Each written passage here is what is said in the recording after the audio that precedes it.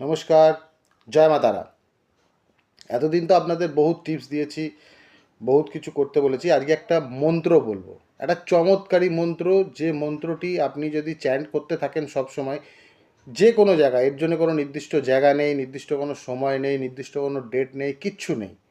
আপনি মন্ত্রটি মনে মনে বলেই দেখুন, মন্ত্রটি মনে মনেই বলবেন সব সময়, যখনই পারবেন সব সময় মনে মনে বলুন।